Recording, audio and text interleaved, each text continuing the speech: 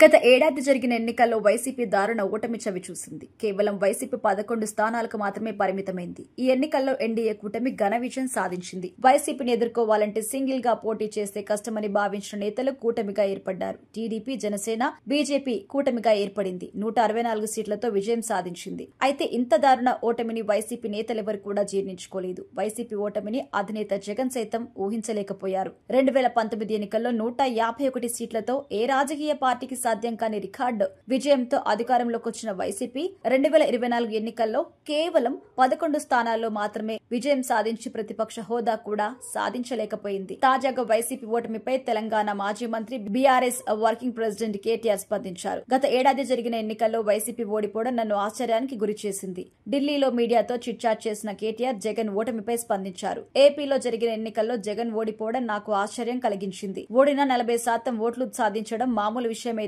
కాదు. ఈ ఎన్నికల్లో జనసేన అధినేత పవన్ కళ్యాణ్ కీలక పాత్ర పోషించారు. ఒకవేళ పవన్ కళ్యాణ్ ఒంటరిగా పోటీ చేస్తే ఫలితాలు మరోలా ఉండేవని అన్నారు. జగన్ ను ఓడించేందుకు షర్మిలని పావులా వాడుకున్నారని, అంతకు మించి ఆమెకు పెద్దగా పాత్ర ఏమీ లేదని కూడా చెప్పారు. ప్రతిరోజు జనంలో తిరిగే కేతిరెడ్డి సైతం ఓడిపోవడం నన్ను ఆశ్చర్యానికి గురి చేసింది అని కేటీఆర్ తెలిపారు.